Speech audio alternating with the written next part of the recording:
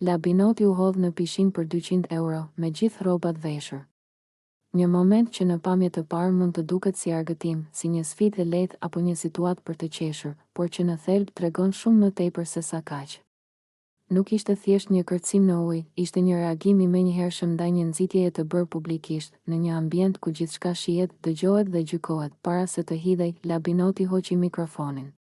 Ky veprim i vogël, por domethënës, tregoi se ai e kuptonte se po hynte në një situatë jashtë normales, në një moment që nuk ishte më pjesë e lojës së zakonshme.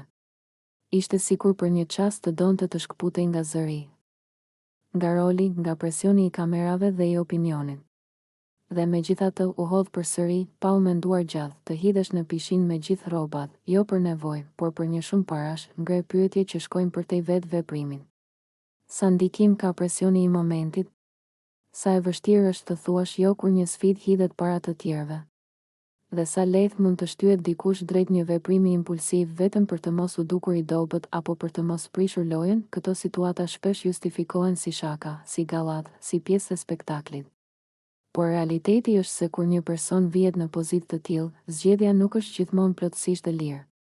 Ka një presion të padukshëm, një pritshmëri që të reagosh menjëherë, të tregosh guxim apo të pranosh sfidën pa e vënë në dyshim. Labinoti nuk bëri zhurmë, nuk diskutoi, nuk negocioi.